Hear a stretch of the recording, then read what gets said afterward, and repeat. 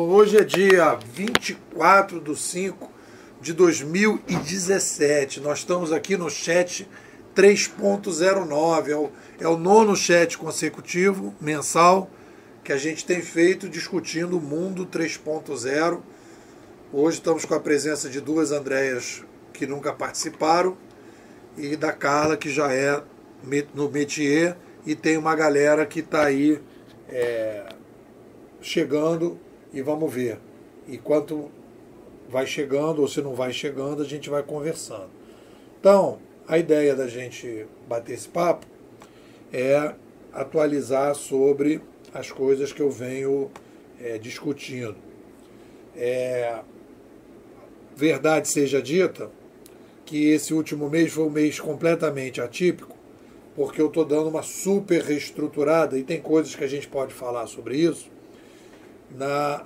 porque acabei embolando aqui o meu trabalho com pessoa física e pessoa jurídica. Eu comecei com essa coisa de nepo.com.br. Eu antigamente tinha uma empresa de fazer software, começou fazendo homepage, depois passou para software, então a empresa chamava .net. Aí eu migrei da .net para o nepo.com.br. Aí virou nepo.com.br, aí parece que tudo embolou. E agora eu comecei a separei contas do Facebook, separei Instagram. Isso tudo tem a ver com algumas mudanças nesse processo que eu passei a observar na internet, e isso é uma coisa que eu acho que dá para fazer uma boa discussão sobre para onde é que a gente está indo, né? Quais são as coisas que a gente está percebendo. Tem uma coisa que foi assim muito interessante, porque eu estou brincando com esse troço de internet desde 1992, que eu comecei a ser usuário. Em 93 eu comecei a trabalhar com isso, ganhei uma bolsa de pesquisa para trabalhar, e em 95 montei minha empresa. Então, eu tô numa época que não chamava nem internet ainda, e eu fui vendo toda uma evolução do caminhar desse negócio, né? Me lembro assim do primeiro dia que falaram essa palavra internet na novela.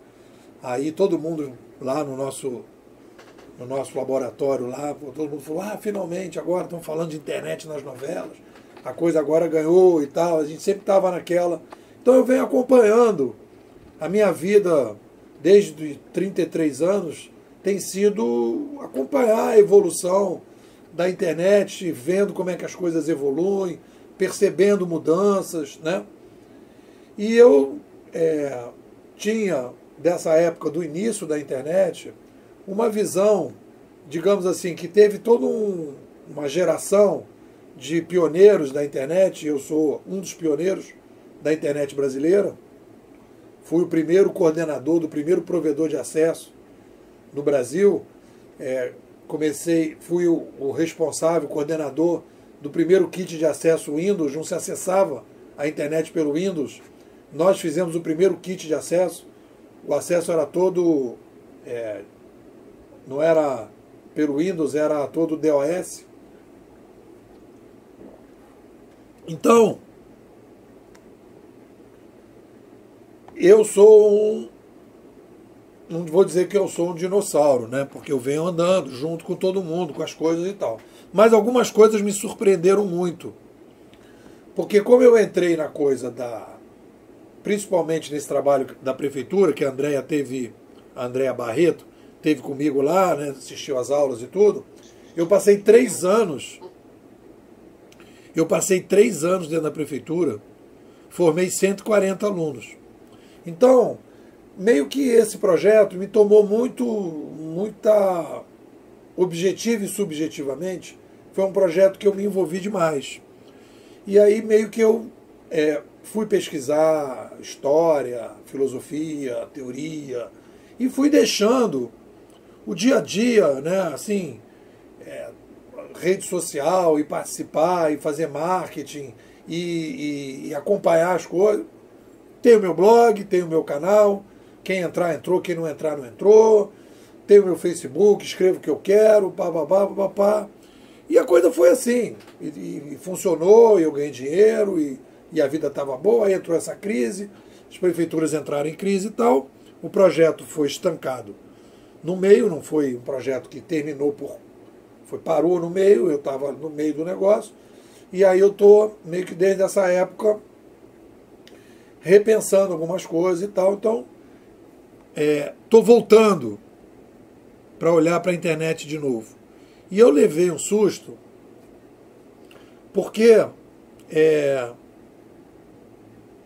algumas coisas mudaram, e eu acho que mudaram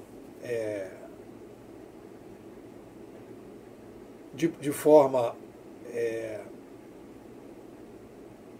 eu não sei se eu vou usar para pior, porque eu não acho que é para pior, porque eu acho que é uma fase que vai passar.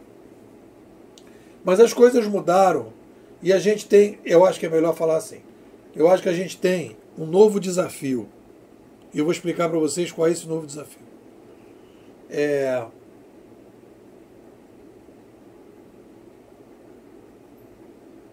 Eu dou aula desde... Eu vou fazer 10 anos, ou 8 anos, que eu dou aula num curso de marketing digital. Então, lá na faixa, eu já formei lá, eu tenho um módulo, de vários módulos, né, eu faço parte de uma pós-graduação, então são vários módulos, e então nós formamos ali, nesses anos todos, 2 turmas por semestre, são 60 alunos, 600 alunos de marketing digital, só a faixa. Então, o que aconteceu? Quais foram os fenômenos que aconteceram na internet nesse tempo que eu estava lá perturbando a Andréa lá na prefeitura? Número 1, as redes, as ditas mídias digitais, precisaram se viabilizar em termos de grana. Então a coisa ficou muito mais comercial. Então, você não tem mais aquela coisa de botar uma coisa interessante e aquilo ter uma repercussão pela própria qualidade daquilo que você está divulgando. Aquilo vai ficar restrito num determinado nicho, de certa forma, principalmente no Facebook, talvez no Instagram também, e um pouco talvez no YouTube. Aquilo vai ficar preso até o momento que você diz que vai fazer um anúncio para divulgar para mais gente aquilo que você está falando. Então aquilo que era assim uma espécie assim de espontaneidade,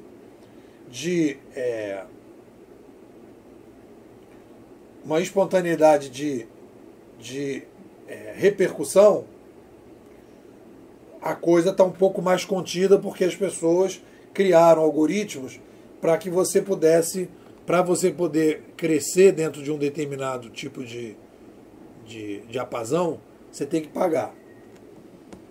Então, as próprias redes sociais criaram as mídias digitais, como eu gosto de falar melhor, essas mídias digitais, essas ferramentas, essas plataformas, elas criaram uma espécie de ambiente que está muito mais comercial, eu acho natural, porque eles precisam se viabilizar, entrou muito dinheiro, é muito caro manter um Facebook ativo, né? Porque você tem máquinas e máquinas e máquinas e máquinas, aquilo ali é uma fortuna para se manter e eles precisam, então a coisa, não estou questionando o fato, eu estou constatando o fato. Então isso é uma coisa. A outra coisa que eu observei nessa minha volta à velha cidade é que antigamente eu, Nepomuceno, era um cara que publicava no blog, publicava no YouTube, e assim, existiam pessoas que bastava colocar coisas na internet, bastava ter um canal, etc., que as coisas andavam.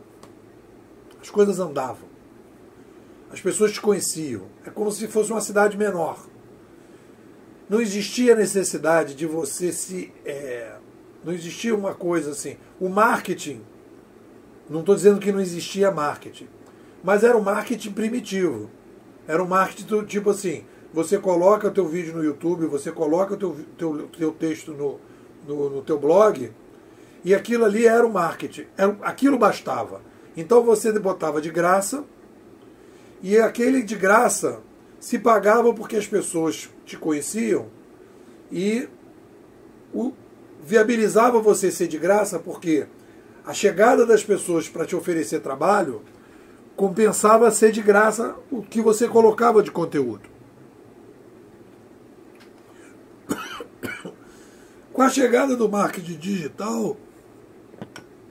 Só um minuto. Com a chegada do marketing digital, a coisa gerou uma profusão de pessoas que estão vendendo coisas na internet. E isso de venda, quer dizer, meio que empastelou a coisa toda. Então você tem assim, de repente você tinha um mercado que tinham 3 ou 4, 5 pessoas que vendiam lá os seus produtos orgânicos, aquela coisa assim bem artesanal, não sei o que era um negócio bacana. Daqui a pouco entrou, sei lá, 600 pessoas, nego com megafone, nego gritando, nego falando, e nego chegando e falando, e pá, e com banner, Então a coisa virou um mercado persa. E aí as coisas, de você colocar de graça as coisas, quando você fala para as pessoas que estão nessa vibe de marketing digital, a ideia de você colocar coisas de graça na internet, do jeito que eu fazia, e eu estou nessa fase de repensar essas coisas, a coisa, se é uma pessoa que nem eu que vivo disso. Eu não sou um professor da Universidade Federal, eu não sou um funcionário de uma estatal que tem meu emprego e fico tirando onda de blogueiro. Não, eu sou blogueiro, sou youtubezeiro e vivo disso. Então essa foi uma outra mudança. Então, essa geração, a minha geração que tinha, e eu não vou dizer que não era marketing que eu fazia, era marketing. Que era aquela ideia do marketing gratuito, né? Você investia o teu tempo para colocar coisas bacanas e tal, papá, e era recompensado pela atenção que as pessoas davam a você, e a partir daí gerava uma grana numa palestra, num curso, numa consultoria. Você era um cara que não precisava de um marqueteiro para ser... Era um marketing mais light. Não estou dizendo que esse novo marketing ele não deva ser feito. Eu acho legal que seja feito. Mas é outra constatação.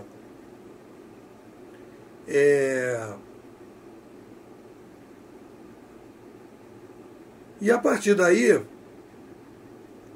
qual é a sensação que eu tenho? E a sensação que eu tenho, e eu tenho começado a pensar sobre isso, discutido até com os meus alunos lá, é que a gente precisa, os algoritmos, e aí tem uma coisa que tem a ver muito com o que a gente tem discutido já há bastante tempo aqui. Toda essa pegada da internet, ela tem sido feita por um tipo de perfil de pessoas, por um tipo de inteligência, né? Porque cada um tem um tipo de inteligência, que é uma galera muito ligada à tecnologia, é uma galera muito ligada às máquinas, é uma galera que tem, e aí eu separo sempre vários grandes grupos, então tem 2 grandes grupos na minha separação. É aquela galera que gosta de lidar com gente e aquela galera que gosta de lidar com máquina. São 2 grupos grandes.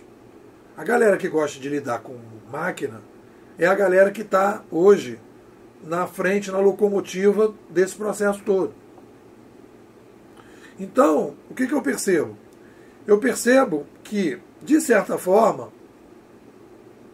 toda aquela geração todo aquele conceito inicial que eu tinha de internet, toda aquela possibilidade que existia de internet, hoje, um Nepo num blog, no YouTube, botando as coisas de graça ali e tal, papá, não se viabiliza mais. Isso não se viabiliza.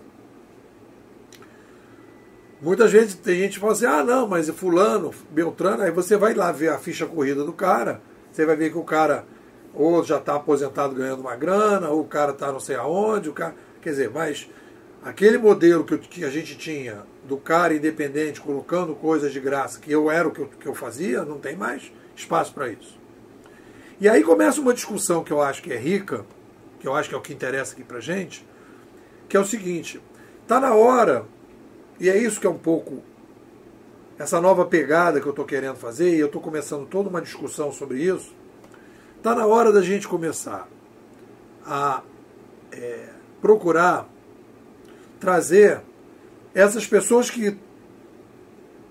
essa galera que lida com gente, tem que entrar na internet para começar a mudar e atuar dentro desse ambiente que está, hoje, de certa forma, se intoxicou.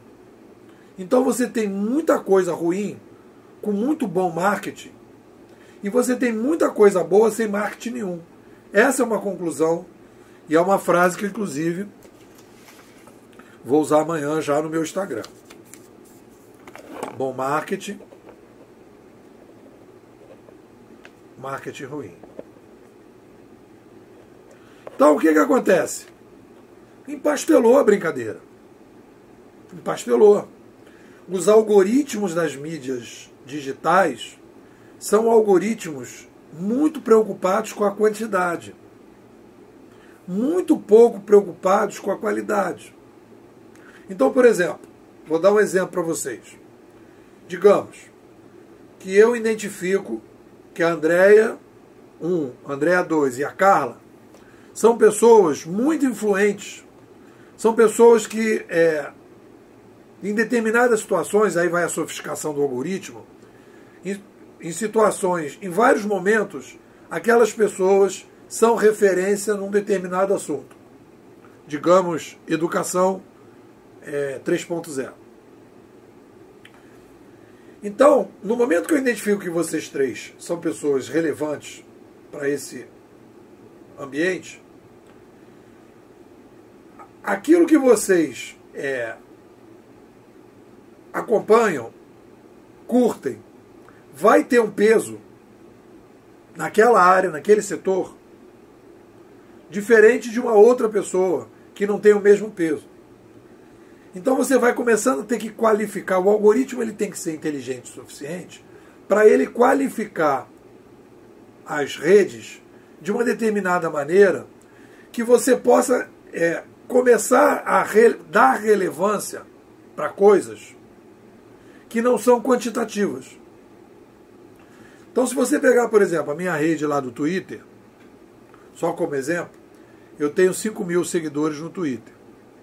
Mas se você pegar o perfil dos meus seguidores e você pegar uma outra pessoa que fez um marketing digital muito bem feito, ele tem outros 5.000 seguidores. Então, quando eu comparar a minha rede com a rede dessa pessoa, o que você vai ver nessa rede? A minha rede é uma rede, do ponto de vista de multiplicação, é uma rede que tem a possibilidade de multiplicação em termos assim de diapasão ou em termos de mudança de paradigma e de influência na sociedade muito maior do que aqueles 10.000 que a outra pessoa tem. E os algoritmos não conseguem fazer esse tipo de coisa, por enquanto. E aí o que acontece? Nós estamos vivendo uma fase na internet agora, no desenvolvimento dela, que a gente está vivendo uma situação que a gente está quantitativamente valorizando muito os algoritmos quantitativos e o marketing digital quantitativo, e todo mundo aprendeu a fazer isso quantitativamente, e isso vai criando uma baixa qualidade no que está acontecendo, e as pessoas que naturalmente, de alguma forma, até são avessas a esse tipo de marketing quantitativo, que na verdade massifica, é como se você estivesse criando micro TV Globos dentro da internet, micro infantilizando as pessoas dentro da sua rede, né? E as pessoas não sabem fazer um marketing digital diferente disso, e as pessoas, porque é muito mais difícil, e os próprios algoritmos não permitem que isso seja feito, porque você precisa definir o nicho, você não tem um corte diferente de definir o nicho quantitativo, etc. Então a gente está vivendo, a minha volta a essa cidade está sendo uma constatação de que nós estamos vivendo um período de massificação, que é bom, mas de aumento da qualidade, da quantidade e uma redução da qualidade. E esse é o desafio que eu acho que a gente tem aí pela frente, e que eu estou tentando agora ver como é que eu consigo voltar ao mercado e conseguir sobreviver dentro desse mercado, né, gerando qualidade, mas sem entrar na coisa mais fácil, que seria ver o que o pessoal está fazendo. Então eu vou entrar nesse marketing assim, esse marketing que todo mundo está fazendo, que é o marketing assim, que você de alguma forma tem que jogar um jogo que é um jogo que acaba tirando você do teu próprio conteúdo. E aí no final das contas você vai se perguntar, bom, para que eu estou aqui fazendo isso, né? É melhor vender disco. Disco não, que não se vende mais disco, né? É melhor, sei lá, fazer outra coisa. Bom, é isso, assim, minhas reflexões. Só deixando claro que é o seguinte, eu não estou pessimista, porque eu acho que isso é uma fase. Eu não estou melancólico, querendo que volte lá para o tempo do onça. Acho que isso não tem nada a ver. Eu estou gostando desse novo desafio, estou muito inquieto com isso, estou estudando isso, estou aprendendo isso. E eu queria ouvir vocês, o que vocês acham dessa reflexão. A Andréia, eu não sei sobre, que não é a Barreto, é Xoxi. Podia falar aí, o que ela acha? É isso, né, pô? É Xó, tá? Xó. Isso. O que você acha disso? Nossa, altas reflexões, hein? Eu te ouvindo, uma coisa que me chamou a atenção foi quando você falou que você não quer sair do seu conteúdo, né? Que entrar nesse marketing que está aí te faria sair do seu conteúdo, foi isso? Isso. Eu fiquei pensando que eu não sei se é o conteúdo ou se é a forma, né?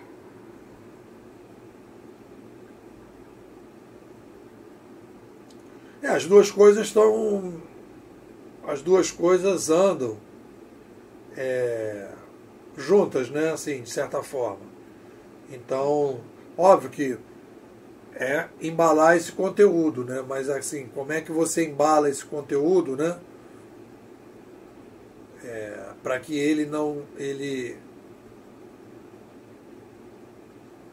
mas sei lá, você não vai botar sei lá, um morango num saco plástico. Você não vai botar o caqui, você não vai levar um caqui no saco plástico. Porque ele vai se... Aí você faz uma caixinha especial para o caqui para poder levar o caqui. Então, cada produto pede um tipo de embalagem, né? E quando você não se preocupa com a embalagem, o produto de alguma forma se perde, né? Sim. Então, eu queria te ouvir um pouco mais a respeito da questão do teu conteúdo, para entender um pouco melhor. Qual é a tua preocupação em relação a esse mercado? Porque quando eu te escuto, ou a esse marketing, né? Quando eu te escuto, eu penso muito mais na questão da forma do que do conteúdo, porque o conteúdo que você traz, o que eu conheço, né? Eu não conheço na íntegra, mas eu conheço boa parte das ideias. E quando eu te escuto, eu vejo uma projeção excelente de futuro. Eu até li teu último texto que você fala sobre a questão do futuro, né? Uhum. E ser um historiador ou ser como é que você chamou? Futurador. Futurador, isso. Então, que você fala da questão da viga, tem uma viga para ser colocada, né? Para suprir a questão da ponte, mas que você decidiu não colocar a viga agora, você decidiu trabalhar com as pessoas, que é um pouco do que você falou aqui também, né? Você decidiu trabalhar com as pessoas agora, e o apontamento que você fez é sobre as pessoas que lidam com máquinas e as pessoas que lidam com gente, né? E então, para mim, eu queria te ouvir um pouquinho mais a respeito desse teu conteúdo, dessa novidade, disso que você está pensando e a preocupação com relação ao marketing, que acaba por trabalhar muito mais na lógica da quantidade, né, do que da qualidade. Tem marketing para tudo, né? O marketing da qualidade existe também, só que eu acho que o que acontece é que a formação que a garotada está tendo e a demanda que eles estão tendo, e aí exige, isso que eu estou te falando, exige uma pegada, uma reflexão mais sofisticada. E aí, mas deixa eu ver a outra Andréa. Andréa, fala aí. Oi, eu estava pensando aqui, estava fazendo um paralelo, a nossa história, né, de escola pública. O que aconteceu com a escola pública? Ela era para alguns, né, e aí ela era de qualidade, porque tinha... servia para uma parte da sociedade, e aí quando massificou, quando se tornou para todos, caiu a qualidade, caiu mesmo, né? Muito, muito mesmo. E a gente está andando nessa lama de fala. Eu posso falar porque eu sou professora de escola pública básica, né? Fundamental mesmo. A gente está andando nessa lama por bastante tempo. E eu acho que é um equilíbrio que a gente passa realmente. Quando massifica, dependendo, não sei, ainda pensando, do jeito que essa propaganda foi feita, do marketing que foi feito, quando massifica, a qualidade tende a cair. Porque aí você tem que nivelar todo mundo de um jeito. E aí, infelizmente, se nivela por baixo, né? A qualidade vai caindo lá para baixo. E aí é um feedback negativo, né? Quanto mais a qualidade cai, mais ela tende a cair, porque o teu público não está preparado para aquilo. Então, o que eu estou vendo na internet, cada vez mais, é tudo superficial. As pessoas não leem o que está. Você pega uma reportagem que vai para o Facebook, por exemplo. A reportagem tem um título. Na hora que você vai ler a reportagem, às vezes não tem nada a ver com aquele título. Mas as pessoas que não leem a reportagem já fazem aquele drama em cima daquilo. Então, eu acho que é um feedback negativo, né? A qualidade vai caindo. Então, o perigo é o quanto a gente quer massificar sem perder a qualidade. Como é que se faz isso? Eu não sei. Ainda estou aqui pensando. Você me colocou para pensar, depois você é fogo. É isso. Carla, fala aí. Oi, Depô. Olha só, eu sou da área de comunicação. Então, algum tempo atrás, eu estava realmente, justamente pesquisando isso. Eu sou muito curiosa, fiquei pesquisando isso. De que forma eu posso fazer com que as pessoas se destaquem na online, tá? Então, eu fui atrás de vários gurus, né, que ensinam essa questão de como você se destacar na internet. Então, eu cheguei à seguinte conclusão. o que eles fazem na realidade, eles fazem um cruzamento, eles cobram muito caro para poder, na realidade, fazer um cruzamento de marketing de rede, pegar eles pegam vários segmentos, né, e cruzam. Então, por exemplo, eu tenho várias pessoas na minha rede que fazem basicamente a mesma coisa, e aí eles cruzam, e isso eles ganham, mas o movimento deles é marketing de rede. E a questão do quantitativo é realmente que a conta está errada. A nossa métrica hoje, a gente ainda pensa linear. Então está tudo errado. Eu acredito que futuramente a gente vai pensar com qualidade, mas a qualidade, o qualitativo, ele está muito vinculado ao intangível. Então ainda não se tem essa ponta. Eu acredito que mais algum tempo mais à frente, a gente vai chegar nessa conclusão. Mas, por enquanto, essa questão de você ter quantidade é porque a conta está errada. É porque eles ainda fazem... o destaque está errado. E esses gurus aí da internet, eles ganham justamente pelo cruzamento das redes, do marketing de rede. Eu acho que quer dizer, essa é a minha conclusão, né? Eu não sei se isso realmente bate com o que você acha. Tá? Eu acho que tem a ver, e eu acho que, pegando um pouco o que a Andréa Barreto falou, o seguinte,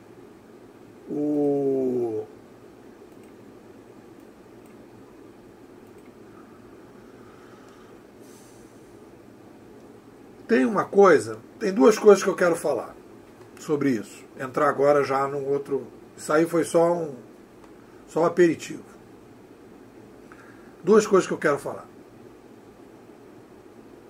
Primeira, que essa discussão que a Andréa está falando, a quantidade na qualidade e qualidade na quantidade, e a gente pode falar de educação aqui, porque estamos diante de duas espertas especialistas na área. O que acontece?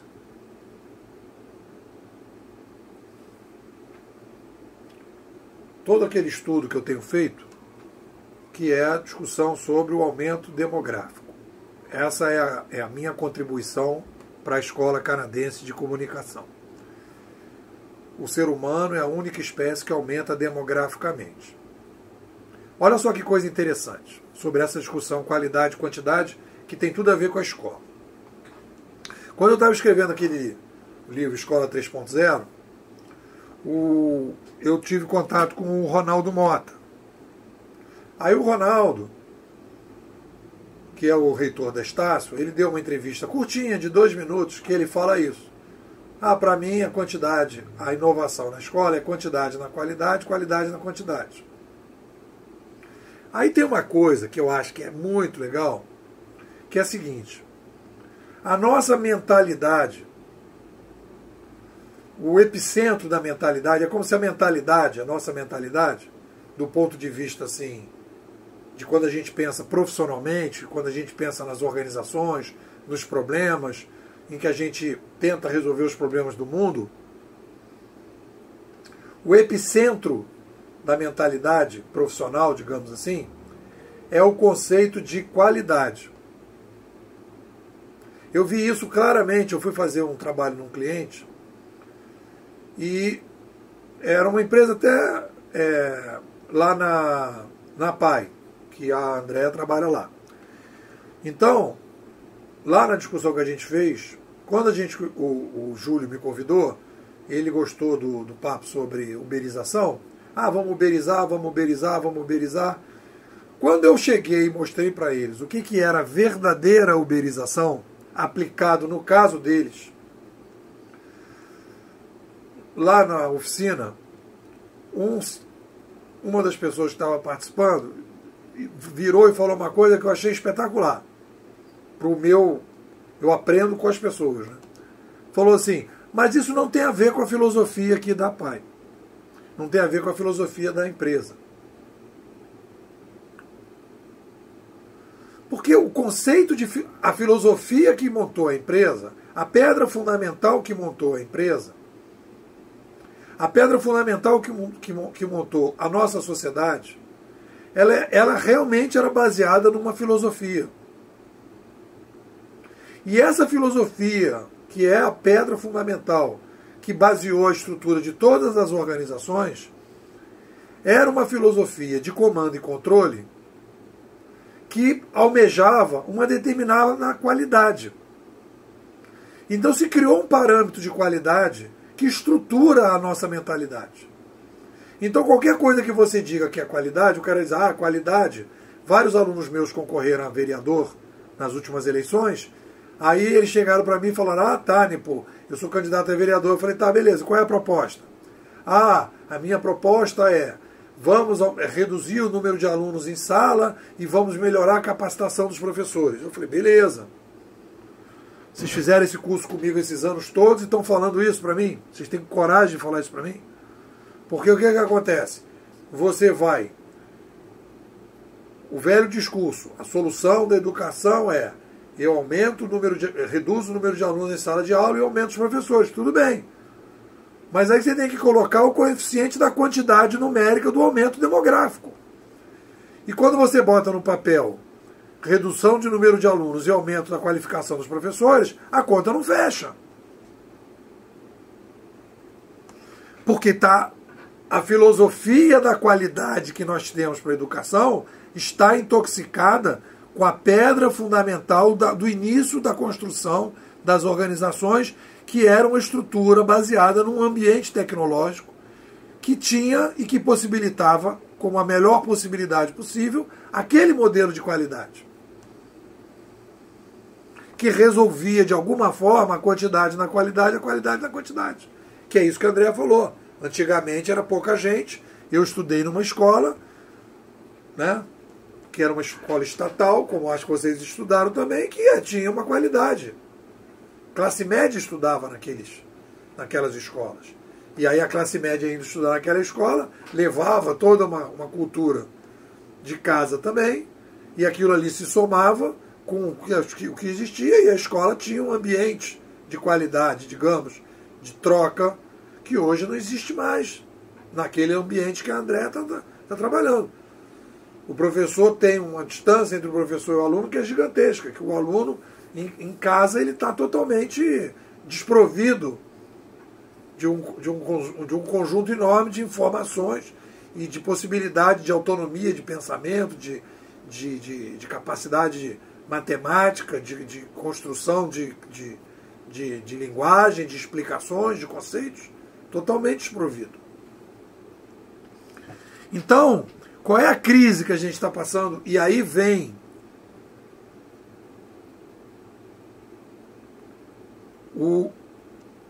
a minha grande mudança do Nepo 2.0 do ano passado para o Nepo 3.0 desse ano. Eu percebi que o Nepo 2.0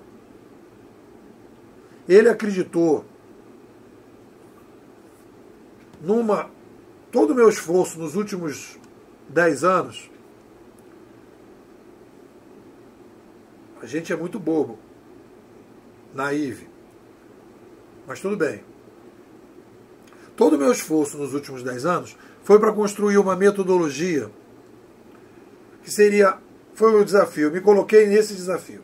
Eu preciso construir uma metodologia para apresentar para as empresas que vai ser a forma mais barata de migrar do mundo atual para o novo mundo. E todo o meu esforço de 10 anos foi para construir essa metodologia. O livro de 2006, o livro de 2010, o livro de 2013, o livro de 2013 e agora o livro que está saindo agora no segundo semestre. Foi a construção dessa metodologia. Então eu estava trabalhando, que eu achei, olha a minha fantasia, eu vou chegar com a metodologia maravilhosa para as pessoas E as pessoas vão gostar tanto, vão achar aquilo tão espetacular, tão racional, tão óbvio, que elas vão adotar essa metodologia e eu vou bombar, e acabou, não vou me preocupar com mais nada. Vou ganhar meu dinheirinho, vou continuar estudando, e vou ser feliz, e todo mundo vai ser feliz. Não aconteceu isso. Não aconteceu. Aí vocês vão dizer, Nepô, a sua metodologia não é uma metodologia legal? Não, a minha metodologia é uma metodologia que, e aí tem a ver com aquela que a Andréa está falando, a minha metodologia da Viga, a minha metodologia é a saída para uma ponte que está ruindo. Eu fiz os cálculos e sugeri uma mudança na ponte. A ponte está caindo? Tá. Os cálculos que eu fiz são cálculos que, na minha opinião, eu não considero que eles estão equivocados. Não estão.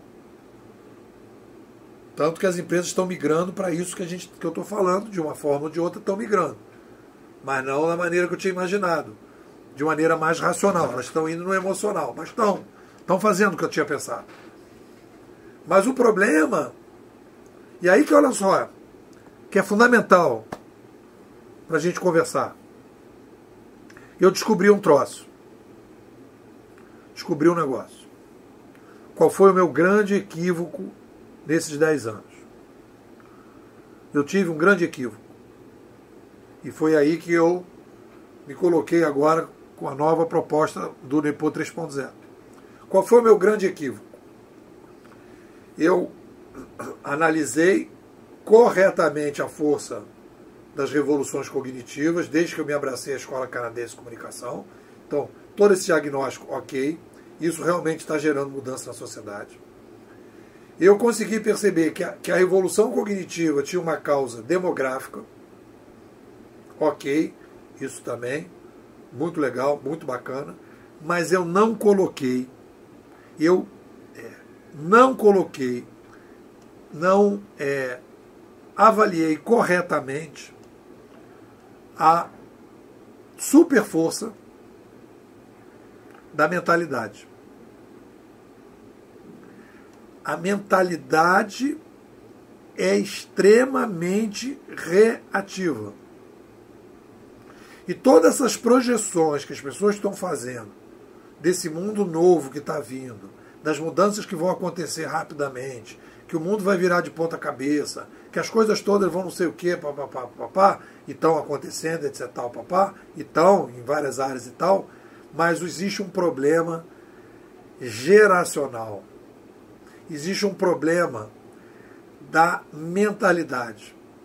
E a mentalidade, e eu consegui diagnosticar, e aí eu comecei no NEPO 3.0, eu saí, deixei, se você olhar o site novo que eu estou construindo agora, que vai ser lançado agora em junho, você não vai ver a palavra consultoria. Acabou a consultoria. Eu não faço mais consultoria. Eu estou investindo tudo em conteúdo, pesquisa e capacitação. E o grande esforço, o grande projeto que eu estou querendo, aonde que eu quero me recolocar no mercado, é para ajudar as pessoas a superar essa mentalidade que a gente tem. Isso é uma oportunidade muito boa de trabalho. E o grande desafio que nós temos hoje, ele não é tecnológico. Não é tecnológico, tecnologia já tem. Ele é basicamente um esforço de superação da mentalidade. E o epicentro dessa superação é a capacidade que a gente vai ter de conseguir superar, eu não sei se a gente vai conseguir, se é aquela coisa daquela praga lá que o nosso amigo, como é o nome dele, das revoluções científicas, o Kuhn, Thomas Kuhn, ele disse que um novo paradigma só vem com a morte dos antigos detentores do velho paradigma. Ele disse que não, na maior parte das pessoas tem que morrer uma geração e nascer outra. Então, O que eu quero dizer para vocês é o seguinte: a grande crise que a gente tem hoje é que todo o modelo de conceito de qualidade profundamente arraigado nas pessoas, emocionalmente, é um negócio que está embaixo da placa-mãe das pessoas, escondido, sem acesso, é o conceito de qualidade. E aí o que acontece? A gente continua tentando insistir. Meus alunos foi o exemplo disso. Depois de toda a discussão que eu tive com eles, toda a discussão que foi feita foi a tentativa de manter a qualidade nos velhos moldes. E a gente não consegue entender que a qualidade que a gente vai ter de educação, ou a qualidade que a gente vai ter de serviços, produtos e serviços, vai entrar com um novo paradigma. É o uso intensivo de inteligência artificial, o uso intensivo de participação, de avaliação, de estrelinha, de comentário, de curtir, de não curtir. É um mix dessas coisas todas, de iniciativa, de autoaprendizado. E é essa qualidade, esse novo patamar de qualidade, que existe qualidade nisso, essa nova maneira de resolver o problema, que vai ser a possibilidade da gente resolver o problema da quantidade na qualidade. E isso é um negócio que mexe no âmago de todo mundo. Depois eu tenho outra coisa que eu quero falar, mas eu quero agora dar uma rodada. O que vocês acham disso? Vou começar ao contrário. Carla, fala você primeiro. Exatamente.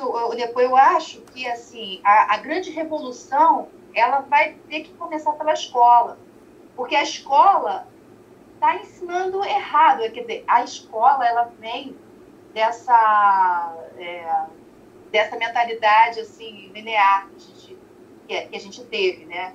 Ela faz com que a gente ensina a gente a fazer, a se colocar nesse mundo que daqui a pouco não vai mais existir. Então, assim, a grande revolução que tem que vir realmente da educação. A gente tem que pensar a educação diferente. Se a educação não mudar, a gente vai ter uma grande geração sem saber o que fazer. Porque, por exemplo, tem determinadas profissões que não vão ter mais daqui a pouco, daqui a 2 minutos. Então, o que a gente vai fazer com isso? A escola está fazendo com que... está formando pessoas ainda para essa vida que a gente tem sem essa problematização dos algoritmos. Eu acho que é por aí. Eu acho que a grande revolução tem que começar pela educação. Então, assim, e é isso que você vem fazendo esse tempo todo, né? Tentando educar as pessoas para um novo olhar. Eu acho que é por aí. Beleza. Tia Barreto, fala aí. Carla, eu vou discordar de você. Apesar de ser professora e estar, assim, sala de aula há 21 anos, né? Eu não acredito que a escola vai mudar assim, não.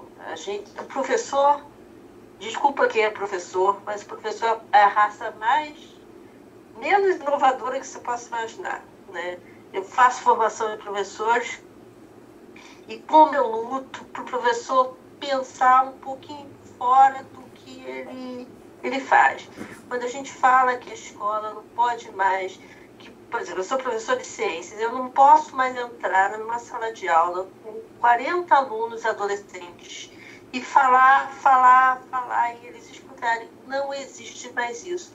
E o professor continua tentando, e continua quebrando a cara, e continua achando que o certo é ele.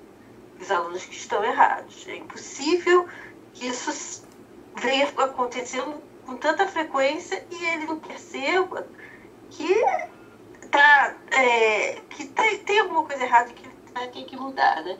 Eu sempre brinco que o professor agora tem que ser um design de conteúdo. Ele não tem que passar o conteúdo, ele tem que fazer com que o conteúdo chegue a esse aluno por uma inteligência artificial que já existe na mão da gente, que já está na mão da gente e é 0800 e a gente não usa, porque a gente é avesso à inovação. A gente não quer mudar, a gente quer pegar um caderno de planos de 1800 antigamente e fazer a mesma coisa, né? Então, eu não acho nem que a escola esteja formando aluno para esse mundo.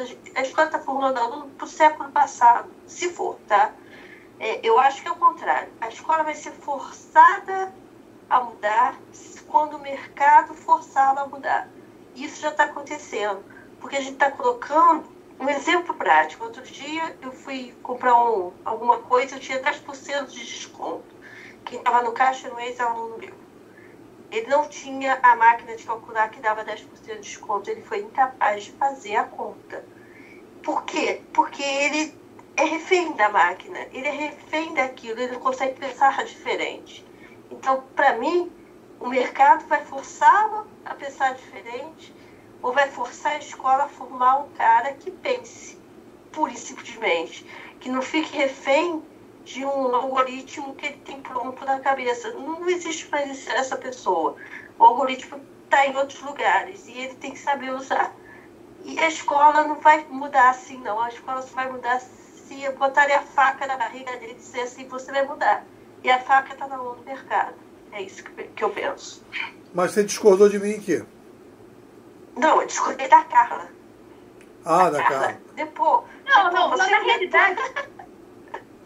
Eu concordo realmente com você. O professor realmente tem uma resistência. Não só o professor, como toda a estrutura, como a escola tem uma resistência. Mas, assim, é por aí que eu acho que tem que mudar. Por exemplo, a minha filha, ela tem 10 anos. Ela, outro dia chegou falando assim, poxa, eu achei uma professora tão bacana, sabe? Ela dá ciências. Sabe aquele desenho legal que a gente vê? E aí ela cruzou o conteúdo do desenho junto com... Sabe? Então, assim, eu acho que tem alguns professores que já estão se abrindo para isso. Mas a maioria realmente é muito difícil. É muito difícil a maioria entender. Mas eu acredito que pessoas de mercados vão abrir, vão trocar, vão disponibilizar conhecimento. Por exemplo, o Nepo, ele disponibiliza conhecimento. Então, várias pessoas vão começar a disponibilizar conhecimento na rede e a escola vai ter que mudar. Vai ter que ser... É por aí mesmo. A escola realmente vai ter que mudar. É isso aí mesmo. A escola tem que estar preparada para sua filha que começa a ligar o desenho de ciências com o conteúdo de ciências, com uma música que ela não viu. Ela não está mais fechada em caixinha. E é esse aluno que a gente tem na mão. E esse aluno assusta, porque é o que o Nepo está falando. A solução das pessoas não é diminuir o número de alunos. Eu já trabalhei numa turma de 10 alunos. E eu prefiro trabalhar com uma turma de 40. Porque 40 você tem diversidade. E diversidade te dá uma boa aula. Fica um monólogo com 10 alunos, você fala, ele olha para tua cara, faz aquela cara de inteligente, finge que entendeu você. Com 40 não, tem um fuzuê que eu gosto. Então, claro que tem professores, eu conheço muitos deles, que estão inovando, mas é pouquinho, entendeu? Tem que ser mais rápido, e o mercado vai transformar isso mais rápido. Eu acredito que seja assim, que seja ao contrário. Não é a escola que vai mudar o mercado que vai mudar a escola. Tá, já entendi. Andréa, fala. Andréa 2. Estava ansiosa aqui para falar. Essa discussão é muito interessante e eu acho que, tenho certeza, né, que é via educação, mas usando a palavra mesmo na etimologia, mesmo desenvolvimento, né? Educação enquanto desenvolvimento humano, e que é possível mudar. Só que a pessoa que faz quer dizer, que mobiliza o processo, que orienta o processo, e que é o professor, a gente tem aí uma geração mesclada hoje, né? Nós temos uma geração mesclada entre professores mais jovens, com mais possibilidades, e professores com mais idade, também com desejo. A gente diz sempre que o professor com mais idade, na geração X, Baby Boomer, ele é alguém que tem dois caminhos. Ou ele faz um puxadinho tecnológico para poder compreender até como é que esse mundo funciona e atuar, porque ele vai lidar com a geração que é do digital, ou ele vai escolher se acomodar. Eu encontro, também trabalho como a Andréa Barreto com capacitação de professores, eu encontro um número grande de professores que se colocam numa situação que eu nasci assim, cresci assim, vou morrer assim, o complexo de Gabriela, né, que a gente brinca. E existem outros que têm bastante idade e que não a sua mente, a sua plasticidade neural está sempre em funcionamento, ele não para de aprender e de se colocar, e aí a postura do professor é muito importante, a forma como ele lida com essa moçada que está aí, alguns para se defender atacam, né? Então, a postura do professor, quando você fala da mudança, de ter que morrer uma geração para começar outra, dá uma tristeza, mas tem uma certa lógica, né? Porque a postura precisa mudar, o professor precisa ter uma postura diferente, né? O papel dele mudou agora e muitos ainda não entenderam isso. Ele agora é um orientador, a ideia é trabalhar pensando em projetos, a ideia não é que ele seja transmissor, a ideia de transmissor já está obsoleta, não tem mais sentido ser transmissor de conhecimento. No entanto, a gente fala disso, mas a gente chega nas salas de aulas e a gente vê em número grande ainda um transmissor com um quadro, um giz, ou quem sabe um slide, né? E que acaba trabalhando os conteúdos ali de uma maneira muito obsoleta, porque transmite quando você já tem aí a internet com milhões de possibilidades de você assistir a aula se quiser, de participar de um chat se quiser, de montar um gráfico se quiser, de usar um aplicativo se quiser, quer dizer, com uma possibilidade infinita. Então, para mim, a questão do professor é fundamental, porque ele interage nesse processo, poderia ser um grande mentor, vamos dizer assim, né, o curador, como você chama, mas ele acaba ainda um pouco arraigado às questões do passado. Eu sempre fiz assim. Outra questão séria do professor eu sou o suposto saber. Então, como é que agora eu chego para um garotinho e pergunto, me ensina aí como é que baixa esse app? Né? Fica complicado. Então, essa história de largar um pouco dessa postura de que eu sou suposto saber e que eu não pergunto, ainda tem muito dessa geração arraigado. O conflito de gerações ainda é muito forte, mas é a estrutura do sujeito também.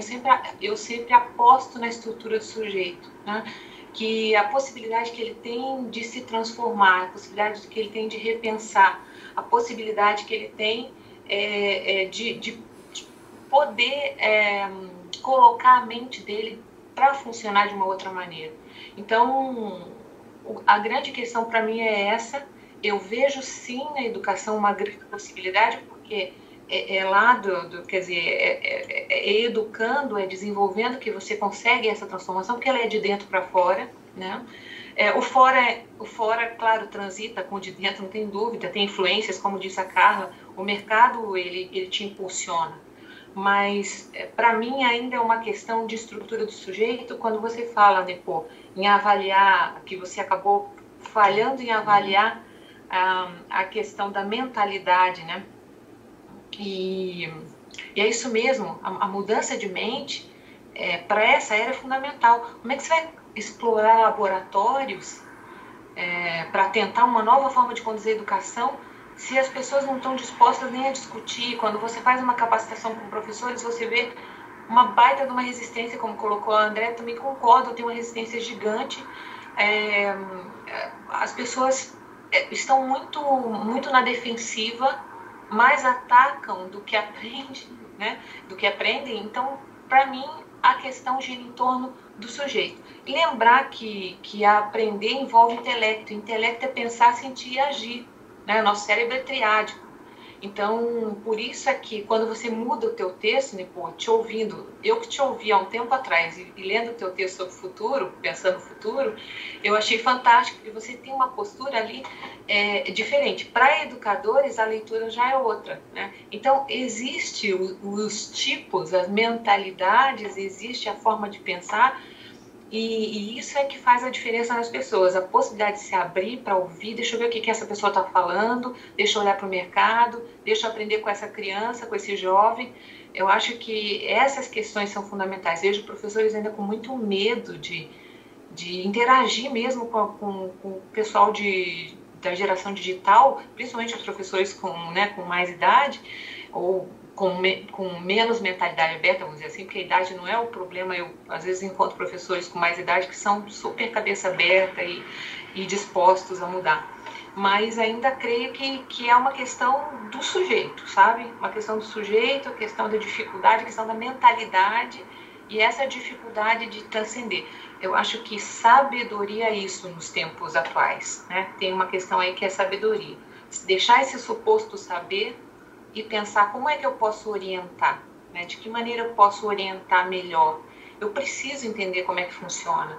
Eu preciso procurar a tecnologia, eu preciso disso. Não dá, tem pessoas que estão querendo viver uma vida de educação à parte da tecnologia, não consigo entender como é que isso se processa no mundo completamente tecnológico, né? E ao mesmo tempo, eu também vejo a necessidade de resiliência desse próprio professor, quer dizer, ele ter essa capacidade, que também tem a ver com essa plasticidade neural, de se reinventar, de buscar, de acreditar. Tem gente que não se acredita, né? Se vê limitado, e isso acontece muito em educação. E quando você não acredita, você não alcança, né? São coisas tão básicas, parece até o óbvio. Mas é isso. Então, eu acho que a minha contribuição é essa nesse momento, né, pô? Legal. Estou aqui também pensando aqui, mexido aqui com a gente está conversando. O que acontece aí? Eu acho que tem uma coisa que é fundamental para a gente entender, que é assim, o eixo fundamental da passagem, que a gente vai ver daqui a 50 anos, digamos, daqui a 50 anos, vou fazer essa viagem. Qual é a grande... E alguém vai olhar e vai dizer assim, o que realmente mudou no ambiente educacional? O que eu acho que vai mudar no ambiente educacional é a certificação. Hoje, nós temos um modelo de certificação que dá poder, é uma estrutura de poder, de autoridade. Como a sociedade está estruturada hoje, ela tem um processo de certificação, um processo de validação das pessoas, um processo de estrutura organizacional em que você tem uma determinada autoridade que ela é a pessoa que toma determinadas decisões e diz se fulano vai ter ou não vai ter um certificado que vai dar a ele a possibilidade de fazer 3 pontinhos ou alguma coisa. Enquanto essa estrutura de certificação ela foi hegemônica na sociedade, tudo que nós vamos tentar fazer, e aí eu estou falando assim do professor enquanto profissional, toda tentativa do professor de tentar inovar, ela vai estar limitada, porque ela vai bater exatamente nesse problema da certificação. Porque no final das contas, vai chegar lá e dizer assim, tá, bacana, você ficar aí conversando com os alunos e tal, papá, mas ó, vamos lembrar aí que tem vestibular não sei que dia, vamos lembrar aí que tem aí a provinha de final de ano, vão ter o simulado, e os pais dos alunos, no final das contas, o que eles querem é que o cara passe na prova e que ele entra na universidade, porque é assim que vão botar o pé no chão, babá. Isso é realidade. Então, a gente tem que saber lidar com o cenário que a gente está vivendo.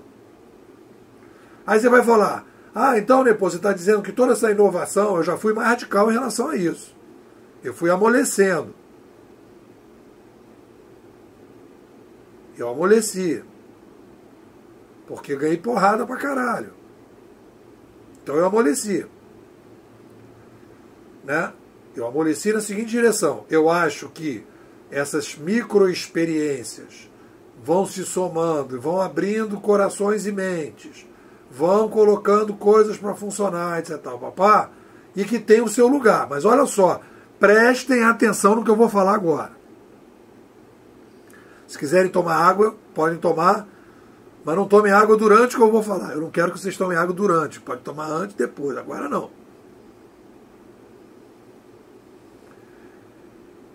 Tudo isso, todas essas experiências incrementais de melhoria, de fazer uma aulinha diferente, bababá, bababá, bababá, babá, a gente tem que ter consciência que enquanto o processo de certificação não for alterado,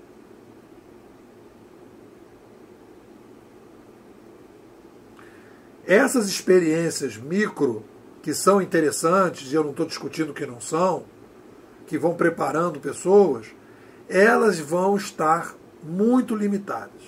Foi por isso que eu cheguei na ideia do bimodal, na ideia do laboratório separado, na ideia de criar coisas em ambientes separados, porque essa certificação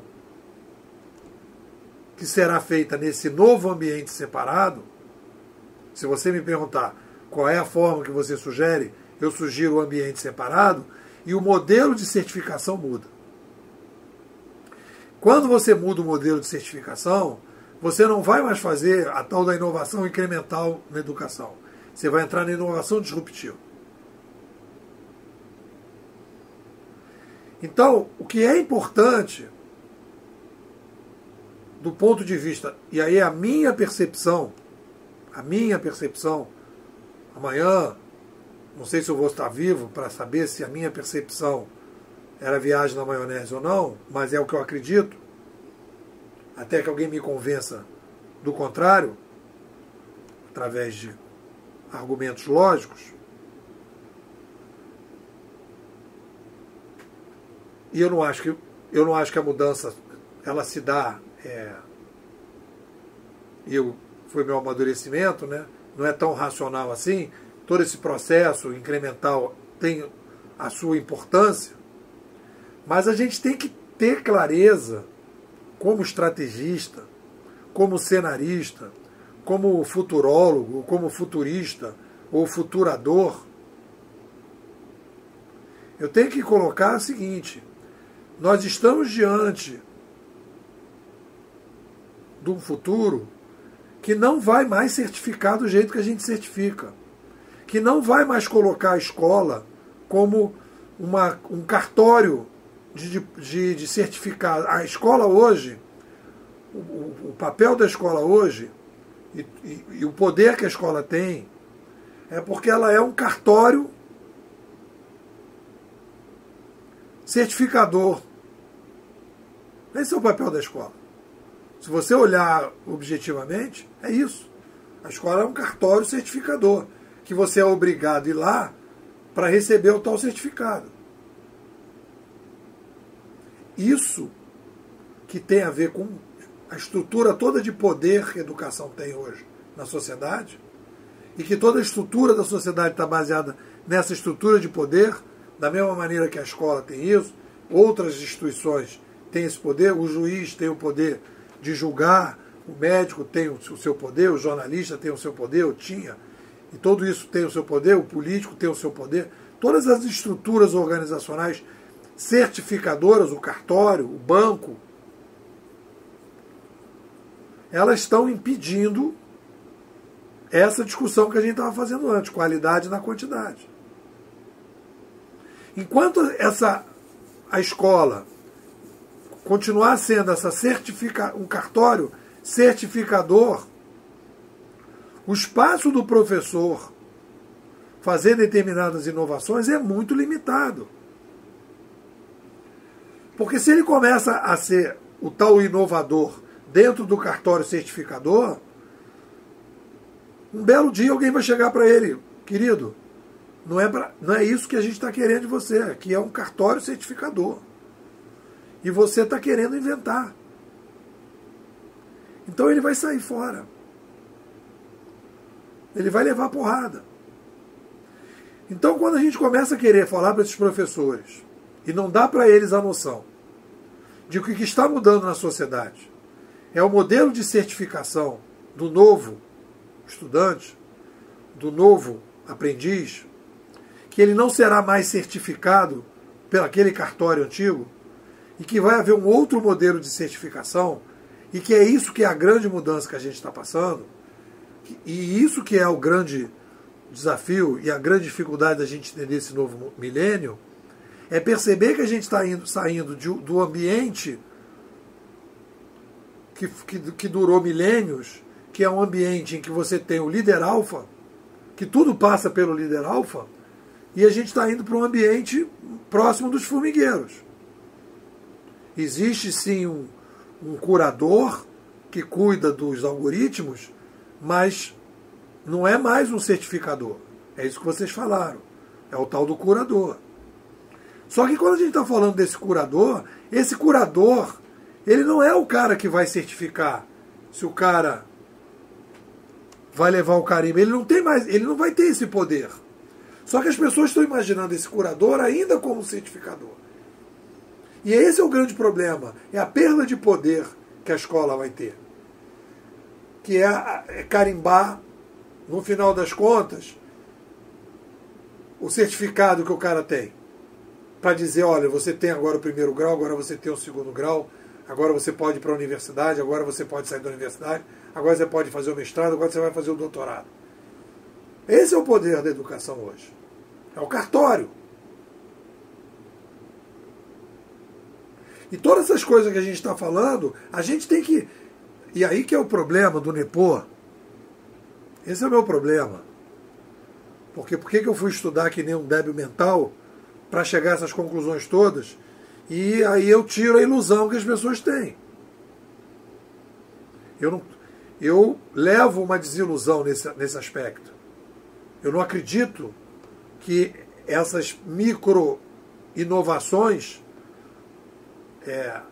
são suficientes. Claro que elas são fundamentais, mas se a gente não disser que isso vai bater num teto e que não existe a possibilidade de mudar essa escola certificadora por dentro, isso um pouco que a Andréa Barreto disse, que o mercado vai exigir um novo modelo de educação, e esse mercado vai exigir um novo modelo de educação não certificador.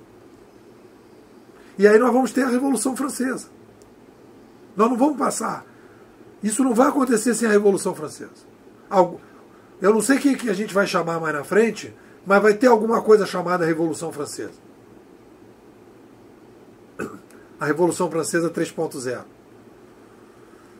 A Revolução Liberal inglesa, americana e francesa guilhotinaram o rei certificador carimbador dos nobres.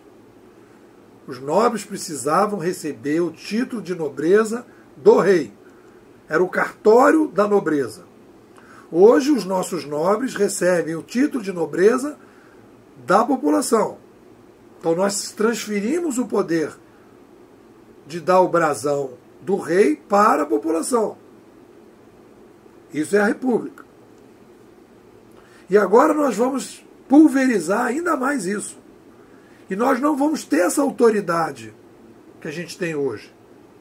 Não é uma autoridade que vai receber durante 4 anos ali um brasão. Que é uma coisa que é muito mais dinâmica. É o motorista do Uber. Tem 5 estrelas, está na plataforma, não tem, não está. Se o cara... A certificação é uma certificação líquida. A cada problema que ele tiver na sociedade, ele vai ser certificado pelo aquele grupo de pessoas que estão ali em torno dele. Não é o que ele estudou, não é aonde ele estudou, mas é a capacidade que ele tem de resolver o problema, que é um pouco que a Andréa Shaw falou da coisa do projeto. A educação voltada para problema. Ele vai levar a estrelinha para poder ter e direcionar o problema dele. Então, isso aí, gente, vocês desculpem, mas é a minha percepção baseada nos meus estudos. Então, toda essa tentativa de inovação que a gente está vendo hoje eu acabei de conversar, eu vou participar de uma mesa magna, num evento de recursos humanos, e eu vou levar exatamente essa visão, que todo o pessoal de recursos humanos está lá, a gente está aqui querendo inovar e tal, e aí faz isso, faz aquilo, só que as pessoas não estão entendendo que a gente está caminhando e lá na frente tem um abismo.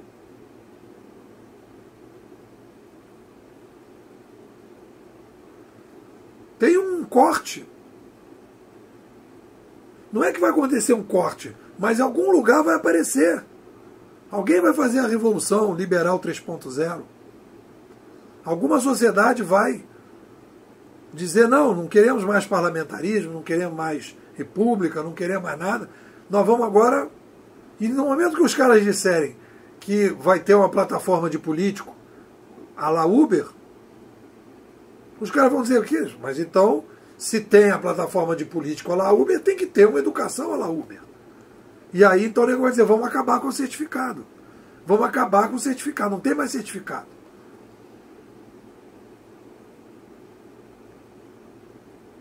Eu tenho um negócio que eu queria falar, mas não estou conseguindo. Vocês estão me deixando nervoso. Mas vamos continuar, vamos lá. Vamos começar agora com o André Barreto. André Barreto, por favor. Não é para ficar nervoso, não. Olha só. Eu estava pensando aqui, eu participei de uma parte, essas bases curriculares que saíram agora, que as pessoas estão discutindo, eu participei de uma parte da discussão das bases curriculares, eu mexi nelas. E é muito engraçado porque se reuniu muitos, eram mais de 100 professores em São Paulo. A gente se reuniu em equipes, claro, em equipes bem bonitinhas, assim, pessoal de biologia junto, pessoal de ciências, pessoal de história, enfim.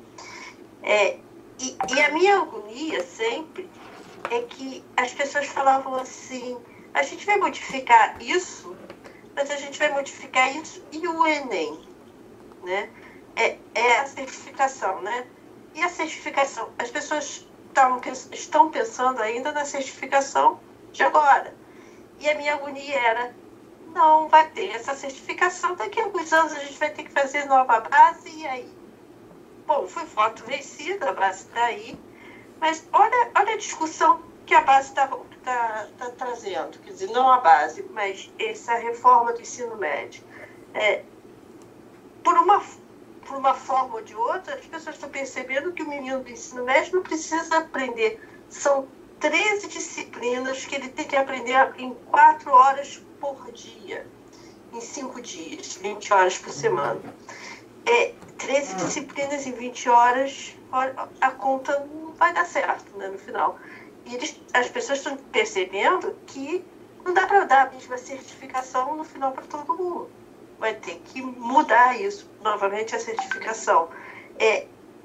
Eu já tinha ouvido o Nepô falar isso em outro curso, e eu quando fui para a base, fui com essa cabeça. Só que essa cabeça era minha. Então olhavam para minha cara com aquela cara estranha, que pessoa estranha, peste estranha, gente esquisita. E não compraram a minha ideia, obviamente que não iam comprar. E eu consegui incluir algumas coisas na base, muito assim, muito superficial, mas as coisas não andaram. E outra história que eu quero contar, que o Nepô vai me entender perfeitamente, meu irmão trabalha, meu irmão é um dos sócios de uma empresa, e ele precisava desesperadamente que fizesse um AP para ele, para a empresa dele. O que ele fez? Ele pegou um garoto que não tem ensino médio, no final, ele não terminou o ensino médio, ele está cursando o ensino médio, e o garoto fez um AP para ele. Ele não era certificado como programador, mas o garoto fez. E a empresa teve que fazer uma dança para poder pagar o garoto, porque quem é esse menino? É um menino que meu irmão pegou no elevador do prédio e disse, você faz? Ele disse, faço. Foi lá e fez. É esse mundo que a gente tem que pensar e, por mais que a gente queira, né, eu bato palmas nas inovações, eu vejo os meus colegas fazendo micro-inovações, mas no final o que a gente tem que bater? Tu vai ter que fazer o diabo do Enem, vai ter que passar no Enem para fazer uma faculdade, para ter emprego, pé no chão, né? Mas a gente também tem que botar a cabeça para pensar nesse mundo sem certificações, que Deus sabe como é que ele é, né? Não faço a menor ideia, talvez ele tenha uma ideia melhor que eu. Mas é isso que a gente vai ter que pensar no futuro. Carla, fala.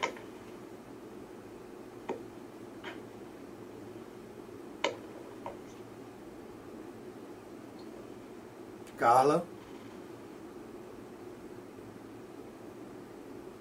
Andréa, fala você então. Então, depois eu concordo, eu ouvi atentamente a Andréa Barreto falando, ouvi você dizer, né, sobre a questão do cartório certificador, e eu penso que é isso mesmo. Quando a gente estuda educação com mais profundidade, você vai estudar todos os processos que envolvem educação, e no final das contas, o fim de tudo é certificação mesmo. Então, a gente vê, por exemplo, eu tenho exemplos aqui de escolas que eu acompanho. Eu estou em Curitiba fisicamente, e aqui nas escolas de Curitiba, por exemplo, eu vejo as escolas se preocuparem em preparar para todo tipo de prova possível, e que não necessariamente vai criar alguém que resolva problema, né? Há uma tentativa, há uma iniciativa, vejo também experiências pontuais, mas enfim, a gente ainda tem o cartório certificador, ainda tem toda essa estrutura colocada dessa forma. Eu acho que a questão mais relevante hoje, né, tem a questão do poder em si, tem a questão de se a gente vai ter uma Revolução Francesa 3.0, como disse você, e eu acredito que sim, né, porque a história mostra que somos feitos de revoluções, né, que as transformações acontecem via revoluções, e creio sim que vai mudar esse ambiente educacional. A gente não sabe dizer em quanto tempo isso vai acontecer, mas nós já temos algumas demonstrações, como essa, por exemplo, aqui de perto, que a Andréa Barreto citou, com o garoto que trabalhou para o irmão, que enfim soube fazer, tinha competência, mas não tinha formação comprovada, ou não tinha o certificado do cartório, né? Mas eu acho que a gente já tem esse tipo de situação, mas a gente ainda tem um número muito grande de pessoas que inclusive não ousam, essa é a minha preocupação maior, de alunos mesmo, de pessoas envolvidas no processo de aprendizagem e de educação de uma maneira geral, que pela própria dificuldade, mentalidade, não ousam pensar fora da caixinha, né? E isso envolve professores e envolve alunos também, naturalmente. E essa eu acho que é a maior dificuldade. Eu acho que essa abertura de mente, né? Essa mudança e essa abertura é fundamental. E volto de novo, para mim, eu insisto na questão de que se a mentalidade não for mudada, nós não teríamos nenhum tipo de mudança rápida, né? Então, eu ainda acho que temos a questão do poder, temos a questão, né, de como é que as coisas mudam. É o mercado que faz essa pressão, né? E a escola e a educação nesse processo ainda precisa mudar muito, ainda tem muito que rever. Mas eu acho que o fundamental hoje, o que mais marca para mim é a questão da mentalidade mesmo. Eu acho que ainda é isso que pega, é isso que dificulta, é a questão da mentalidade. Carla, fala você. Carla. Acho que a Carla deu uma coisa que eu queria falar, depois ela entra. Uma coisa que eu queria falar, e tem agora um momento para falar isso, e eu tenho estudado muito agora essa coisa do futuro, entrando nessa discussão sobre o futuro, debate sobre o futuro e tudo. Uma coisa que veio mais recentemente, isso não foi discutido no nosso último encontro, que eu percebi o seguinte, que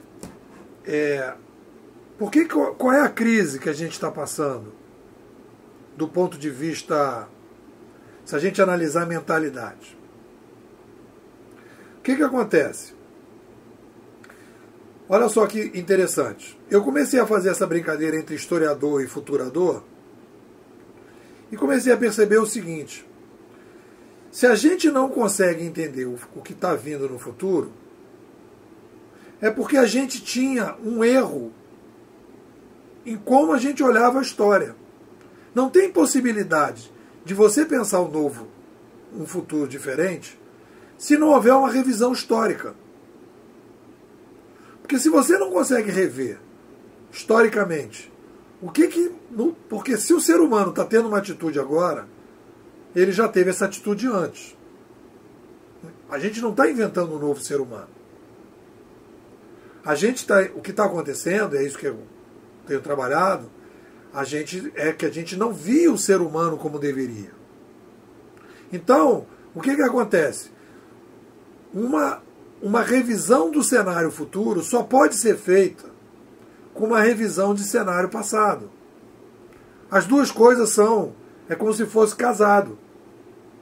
Eu fiz uma crítica, e eu botei no YouTube, sugiro que vocês deem uma olhada, num vídeo lá no meu canal, sobre um livro chamado Organizações Quânticas, em que o cara diz assim, eu vou ler para vocês. Página 22. Ele fala, fiz aqui um estudo que tem a ver com o que a gente está conversando. Esses seminários que a Andréa estava conversando, Andréa Barreto. Aí então ele lá. Para construir o livro, avaliamos 60 livros clássicos da gestão da inovação. Entrevistamos ou pesquisamos 90 principais empreendedores. Entrevistamos executivos de nível C. Investigamos as características das 100 startups. Avaliamos apresentações e colhemos informações importantes dos principais membros do corpo docente da Singularity University. Aí você vai ler isso aqui e você vai falar, caramba, esse livro aqui é a melhor coisa que pode existir no mundo. E aí eu fiz um vídeo dizendo que está furado. O método está furado. Aí vocês vão falar, pô, por que está furado esse método desse pessoal?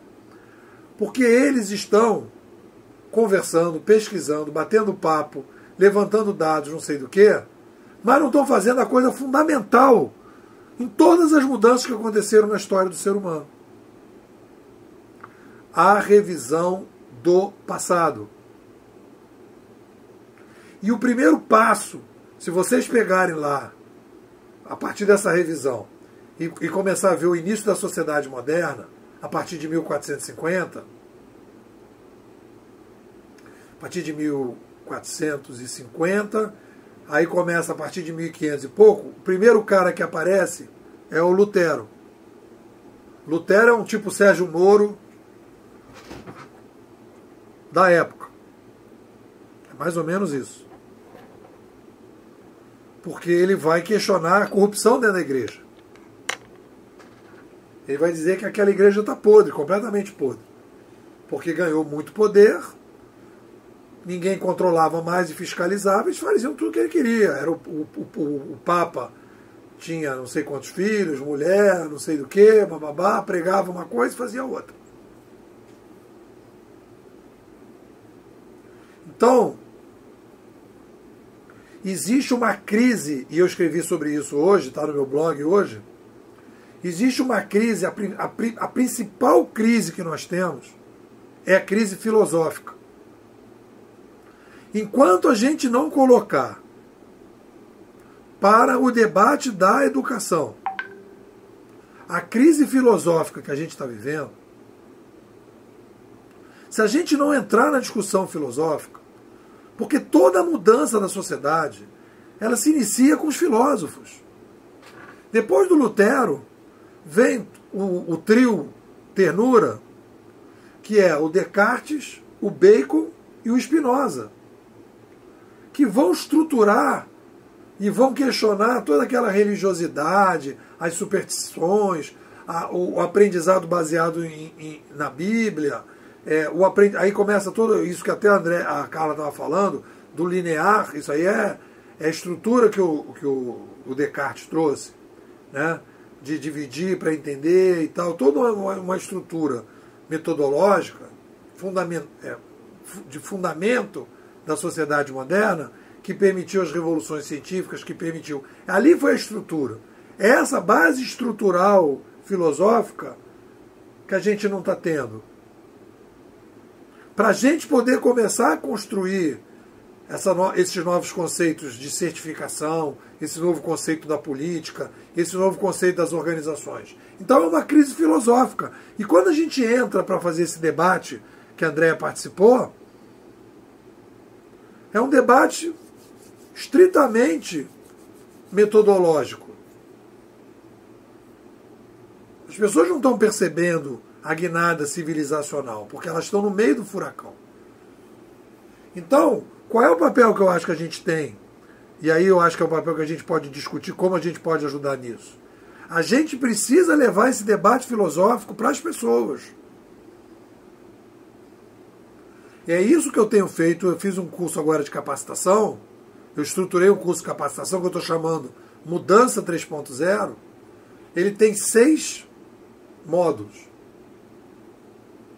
Módulo número 1. Eu vou mandar para vocês o curso. Módulo número 1, que é a realidade, que vai trabalhar com a questão da possibilidade da percepção. Aí já vou abrindo a cabeça das pessoas. Módulo número 2. É um pouco que é o que eu fiz lá na prefeitura, que a Andréa Barreto participou, só que está mais consistente. Módulo número 2. O que é a felicidade? Em que eu vou discutir questões do tipo ética e moral. E o que cada um está fazendo no mundo, questões existenciais, compromisso com o problema, compromisso com a inovação, não de fora para dentro, mas de dentro para fora. Módulo 2. Módulo 3. Aí entra o que é inovação. O que é inovação? O que é o conceito de inovação? O que é mudança? Qual é a diferença de mudança para inovação? Mudança individual e inovação organizacional. O que é o processo de inovação? Como é que você tira uma ideia e caminha no processo? O 4º módulo é o que é o digital. O que significa realmente essa revolução digital? Qual é a origem histórica dessa revolução? Qual é a relação disso com a demografia? Qual é a mudança provável que vai acontecer no futuro? E depois, o penúltimo módulo é uberização, em que a gente vai falar das novas organizações, dos novos modelos de tudo, na política, na educação, nas organizações, e na justiça, na medicina, na mídia, e tudo, na religião, todos os impactos que isso vão significar. E aí depois, no final, é uma discussão, é um laboratório, a partir das demandas das pessoas, para a gente pensar em cenários e pensar em projetos. Então, eu acho que a gente pode vender isso. Não adianta a gente querer mexer na escola agora. A escola não vai mexer. A certificação não vai mexer. Isso vai ficar lá para frente. O papel que eu acho que eu tenho, que talvez vocês tenham, por estarem aqui conversando comigo e por acreditar que alguma coisa que eu estou falando faz algum sentido, é isso. É começar a preparar essa mentalidade para ir começar a ter mais gente dizendo, gente, isso não vai funcionar, tem uma crise aí, a gente precisa pensar filosoficamente, etc, etc. A gente tem que disseminar esse troço, sem a expectativa de uma mudança mais imediata, porque essa mudança mais imediata, ela, obviamente que pode aparecer uma escola que diga que quer fazer o laboratório separado, para experimentar um mundo sem certificação. E as crianças vão para esse lugar separado não para serem certificadas. Elas vão para esse lugar separado para elas poderem se ambientar nesse novo mundo. E os pais vão investir nisso porque vão perceber que a gente está vivendo um mundo bimodal. E eles vão preparar o filho dele para viver um mundo bimodal. Porque se o garoto ficar só sendo certificado, e é isso que a Andréa está falando, talvez ele não consiga um emprego. Ele vai passar para a universidade E o garoto que vai conseguir o emprego é aquele que não tem certificação nenhuma, que ficou lá na viagem do bimodal. Porque ele vai ser mais capaz de resolver o problema que o cara está querendo, e vai acontecer isso. O cara vai dar um jeitinho de contratar o cara sem o certificado. Então aí a gente tem um desafio, um cenário. E eu acho que foi legal, assim, da minha percepção, foi perceber isso. Esse livro, e eu fiz essa crítica a esse livro exatamente por causa disso. As pessoas fazem todos os debates, conversam com todas as pessoas, só que elas estão dentro do mesmo paradigma. E se você olhar para o mundo, as mudanças que aconteceram no mundo, o primeiro passo da mudança é uma revisão filosófica. E a gente está começando, então, o momento da revisão filosófica, dos filósofos, para construir as novas bases estruturantes da nova mentalidade. A gente, na verdade, está plantando uma nova mentalidade. Esse é o papel fundamental do momento atual. É começar a plantar uma nova mentalidade que vai nascer, que vai virar muda, que vai virar árvore e floresta lá à frente. Para a gente viver um mundo sem certificação. Sem professor. Ou pelo menos sem esse professor, isso que você está falando, transmissor. Nós vamos ter educadores curadores, que vão programar os algoritmos, que vão ajudar as pessoas dentro dessas plataformas. E vão atualizar essas plataformas. Carla? Oi, Nepo. Olha só, eu estava ouvindo, eu queria pedir desculpa a todos, mas é que eu estou no celular e o celular não estava atendendo o meu comando de destravar o microfone, tá? O celular não está mais aceitando a sua certificação. Pois é, Nepo, mas eu acho que realmente é por aí. Então, assim, na realidade, a gente precisa de mais atores para disseminar essa ideia, realmente, né? Porque, como você falou, tem que ser feita essa revisão histórica e filosófica também, né? Então, eu acredito que, assim, como a gente está entrando nessa economia criativa, né? Isso vai ser aos poucos, porque eu acho que já tem algumas universidades já estão pensando nisso, né?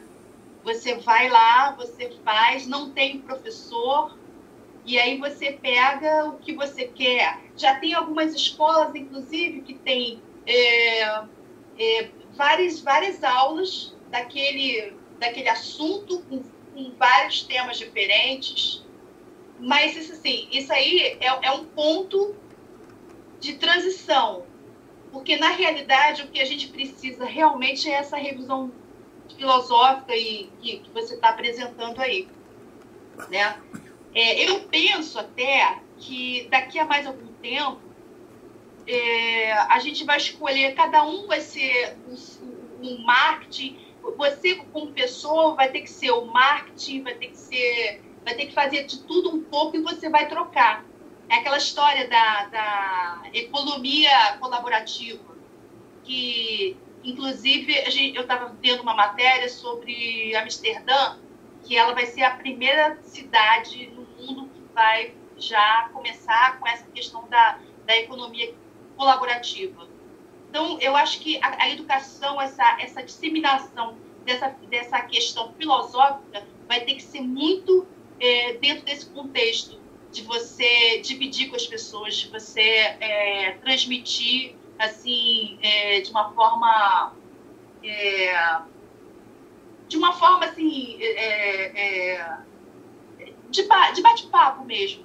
Ou então, com pessoas como você, que são pessoas que já vem trazendo todo um histórico, né, na área, e vai apresentando as coisas novas. Você entendeu? Foi claro que eu... Entendeu? Entendi. Acho que eu me perdi, assim, no que eu tô falando. Não, entendi. Barreto, fala aí. A Carla, eu acho que conseguiu juntar tudo que eu ia falar.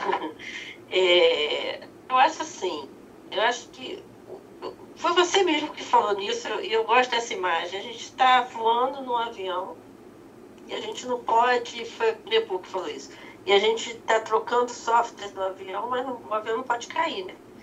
Tem que continuar voando. Eu acho que a gente está passando por uma transição. A gente tem que fazer essa revisão filosófica, histórica que você está falando, mas a gente também tem que, de vez em quando, né, eu sou a chata de plantão, eu catuco o grupo com quem eu estou trabalhando para ver se eu consigo fazer com que eles percebam que o mundo está mudando e que a discussão não pode ficar tão em cima da metodologia e mais em cima de alguma filosofia ou alguma coisa mais mais consistente. Porque o que eu estou vendo, por exemplo, nessas discussões da base que eu acabei de participar, está novinho na minha cabeça, está muito novo, é que a gente está reinventando a roda, né? E aquilo que está sendo feito, eu não tiro mérito, eu acho que foi perfeito, eu acho que a gente tinha que fazer aquilo mesmo, mas vai ter que refazer de novo e muito mais cedo do que as pessoas imaginam. Então a gente precisa, eu acho que o papel da gente catucar de vez em quando e dizer assim, vamos pensar um pouquinho diferente, vamos fazer alguma coisa diferente, é o que a Andréa estava falando, né? A gente tem que mudar a mentalidade das pessoas, mas sem muita ansiedade, porque eu acho que o que peca a gente é que a gente fica ansioso, a gente quer mudar rápido e não vai ser rápido não, a gente vai ter que mudar aos pouquinhos. É isso. Beleza, Andréa, fala. Vou fechar com 3 pensamentos aqui, né? Primeiro que eu acho que a gente precisa criar necessidades reais para mudança, quando a gente fala em educação. A necessidade faz a gente mudar, né? Então, é só um pensamento para desenvolver, tá? Outra é que a educação em si, muito movida pelo pedagogese e por uma mentalidade formatada que é aquilo e vamos partir do que nos dá conforto e segurança. Essa é uma questão. Então, sair desse pedagogese. Quando eu ouço Carla falar, por exemplo, eu fico pensando o quanto eu me vi num processo de aprendizagem quando atuei com pessoas de diferentes áreas, quando fui trabalhar dentro da empresa, porque uma educadora, fui trabalhar dentro de uma empresa e fui ver a necessidade real do mercado, por exemplo. Fui trabalhar com capacitação no período da minha vida. Então, eu tive na universidade, eu tive na empresa durante um tempo, e essa possibilidade de mudança de cenário fez com que a minha mentalidade também pudesse ser outra hoje, em função disso. Poder ouvir as pessoas com outra escuta, né? Que é procurando alcançar e sem verdades fechadas. Eu acho que a educação tem muita verdade absoluta e fechada, que me preocupa, né? A educação tem uma certa dificuldade de relativizar. E a experiência da certificação, fiquei aqui lembrando que eu tenho tido contato com youtubers, por exemplo. Eu tenho um deles de matemática que tem mais de 100 mil acessos nos materiais que ele faz. Quer dizer, ele tem lá um vídeo que ele ensina matemática de um jeito completamente diferente de tudo que o tradicional faz. E é super acessado e tem dado resultado. Então, quer dizer, já tem movimentos aí, né? Esse é um exemplo de 100 mil, por exemplo, acessos. Assim, são essas as minhas pontuações nesse momento, e a tua palavra final aí para mim também faz todo sentido, né? A razão de ser, o nosso papel, essa guinada só vai ser possível quando a gente abrir o debate filosófico mesmo. Até porque filosofia tem a ver com existência, né? E quem é que não está preocupado com ela? Eu acho que tem uma discussão que eu fiz com meus alunos, e eu estou trabalhando muito. Hoje, o texto de hoje foi exatamente sobre isso, que eu conversei com eles e disse o seguinte: a filosofia ela se transforma em disciplina quando o mundo começa a, digamos, caminhar numa direção assim, de um cenário mais incremental. A disciplina ela começa como se fosse uma brasa, ela vai ficando ali uma brasinha e vai virando disciplina, ela vai fingindo que é uma disciplina. Aí fica aquele pessoal banando aquela disciplina, E ninguém tá, e todo mundo está achando ali que é uma disciplina, que aquilo ali tudo ali é contido, que ela é uma coisa assim, e aí as pessoas falam da filosofia, que ela tem não sei o que, ela não vê que, tá ali, que aquilo é uma coisa viva.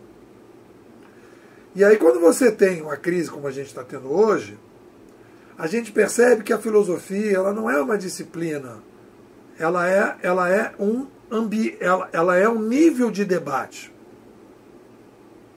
Essa foi uma das grandes um dos grandes ganhos que eu tive nos meus estudos, de ver desse jeito. Então a filosofia é um nível de debate em que nesse debate se discute determinados problemas, que é ali que se discute. Então o que é a verdade, o que é a felicidade, o que é a vida, o que é o belo, né? O que é qualquer coisa que seja, o que é o amor, essas coisas abstratas em que ninguém tem tempo para conversar, mas quando vive uma crise, a pessoa bate quando perde um parente, quando perde um emprego, quando alguma coisa acontece de mais profundo, quando tem uma crise como a gente está vivendo agora no país, a pessoa fala assim, pô, peraí, o que está acontecendo? Aí ela para pensar. No dia que ela fala assim, eu parei para pensar, você pode ter certeza que ela entrou no estágio, ela botou o pendrive filosófico ali na cabeça dela. Aí ela começou a girar filosofia. Aí ela começou a entrar nesse alfa filosófico. E é isso que a gente precisa estimular entre os educadores. Entrar no alfa filosófico e assumir que a gente precisa começar a pensar a coisa no nível lá no alto da montanha. Qualquer discussão que seja só pé da montanha, tudo bem, é o dia a dia, são as coisas, etc. Papá. Tem gente que não tem fôlego para essa discussão. Mas conseguir descobrir quem são essas pessoas, como a gente fez, por exemplo, na prefeitura. Lá eu fiz um modelo assim. Fiz uma palestra, fiz um formulário. E esse formulário escolhi as pessoas que achava que tinha fôlego para fazer o projeto. Então a gente tem que fazer uma coisa desse tipo. Não é pegar 80 mil, 60 mil. É pegar 100, 200, 300 pessoas que são pessoas que têm mais capacidade de abstração, uma pegada mais filosófica, formuladores, etc. E começar a fazer com que essas pessoas entrem nesse debate. E aí, a partir daí, eles multiplicarem. Aí a gente tem uma coisa que realmente pode fazer a diferença. Bom, agora eu vou pedir a vocês para fazer a avaliação. Eu agora estou fazendo uma coisa diferente e vou explicar o que é. Eu estou usando essas avaliações dos encontros que eu estou fazendo como uma ferramenta de divulgação do meu trabalho, que eu estou chamando de marketing, mas é um marketing mais conceitual. Então os meus alunos fazem avaliação, então eu vou pedir para vocês fazerem essa avaliação. O que ficou de importante para vocês? E principalmente assim, o que teve de novo hoje? Qual foi? Você entrou às 7h30 e está saindo às 9h30. O que te agregou esse papo hoje? E aí, se vocês me autorizarem e eu achar que vale a pena, que for legal, aí eu uso aí dentro do meu material de divulgação. Então a pergunta é essa. Qual foi o upgrade que vocês tiveram nessas 2 horas? O que agregou? Começar com a Carla. Carla, o que agregou? Olha, Nico, sempre agrega, né? Sempre agrega. Mas o que ficou de hoje, na realidade é fato e é muito importante, é realmente você criar atores para divulgar essa ideia, porque é tão importante essa revisão histórica, é fundamental para que a gente possa enfrentar esse novo mundo que vem, né?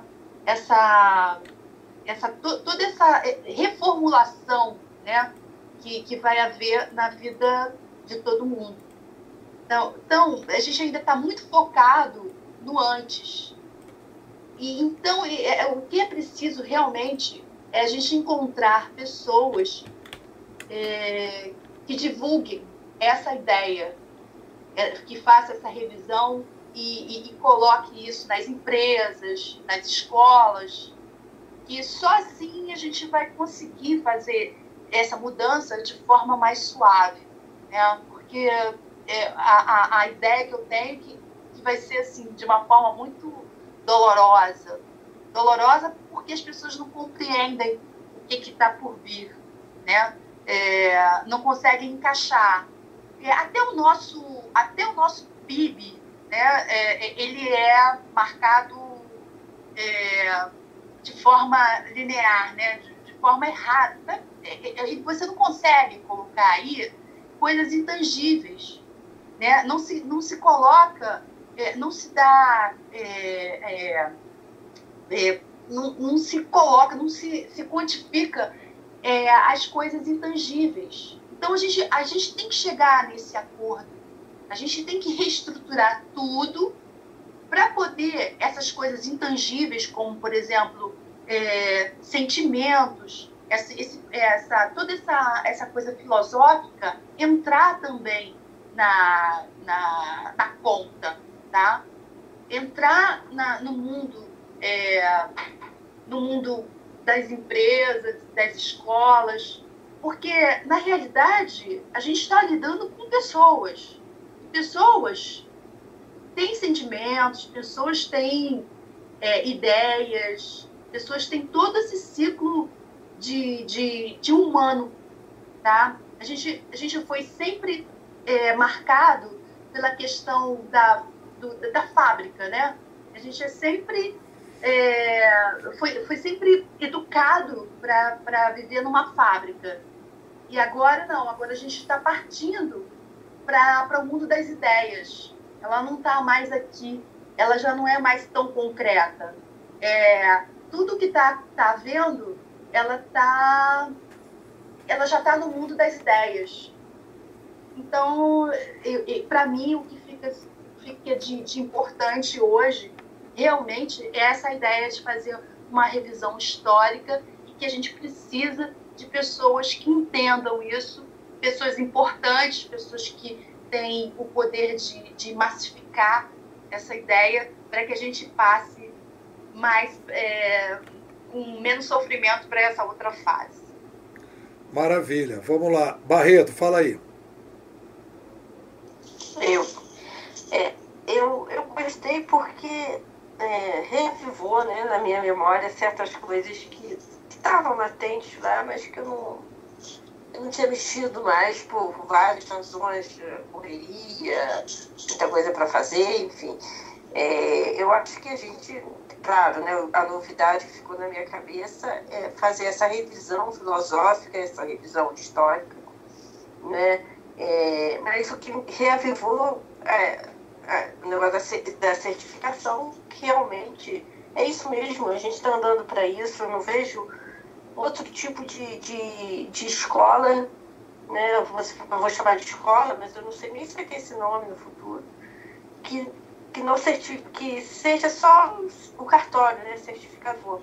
Eu acho que a gente tem que sempre, como educador, pensar nisso, porque nosso aluno vai viver essa transição, mas ele tem que estar mais preparado para o mundo, que ele não precise estar certificado para resolver o problema, do que preparado para o mundo que ele só resolva o problema se ele tiver certificado.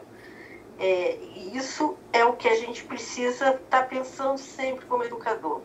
E se alguma influência eu tenho, eu sempre penso nisso na hora de fazer alguma formação, porque eu sempre estou catucando as pessoas para pensar no mundo, numa escola, num formador de pessoas diferentes do que a gente está vivendo, né? A gente não pode mais ser, como o André falou, o transmissor de conhecimento, mas eu acho que a ideia mesmo é ser um design de conteúdo, né?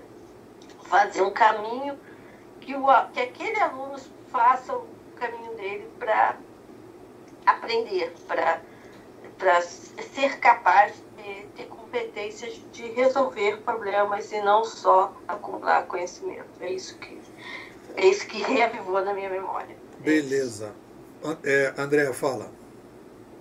Então, para mim, de forma resumida, a questão da mentalidade foi vamos dizer assim, o mote, foi o que mais fez eco, né? A questão da mentalidade mesmo, porque tem um sentido muito profundo para a área de educação, né? Enfim.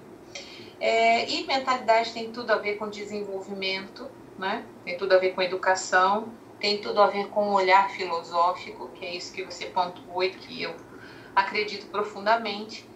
E filosofar ou pensar filosoficamente tem todo um sentido de questionar a existência, motivos, enfim, né? Então, para mim, esse conjunto todo é que foi significativo hoje, e é um baita do conjunto, né? Isso tudo faz a gente pensar na necessidade real que a gente tem em vida, né?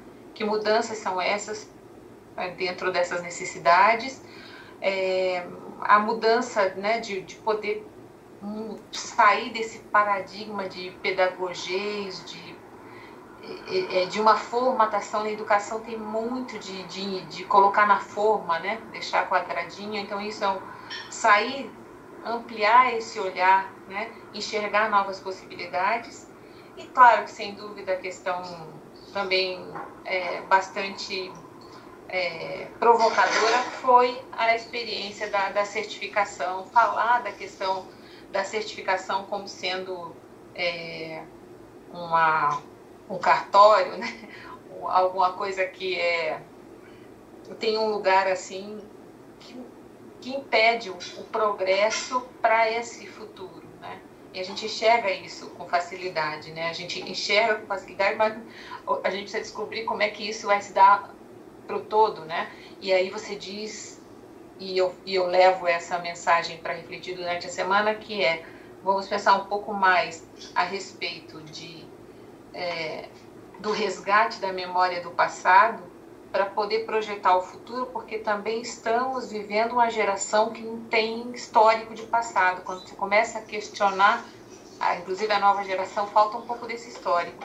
E a gente tem, né, esse histórico na mão. Então, a gente precisa começar a pensar um pouco mais com profundidade na questão filosófica e enxergar esse nosso papel, né, de resgatar a razão aí do ser, né, para o restante todo. Acho que é isso aí. Valeu!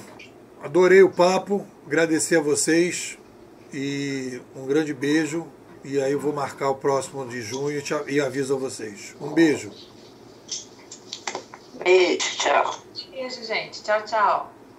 Tchau. Tchau.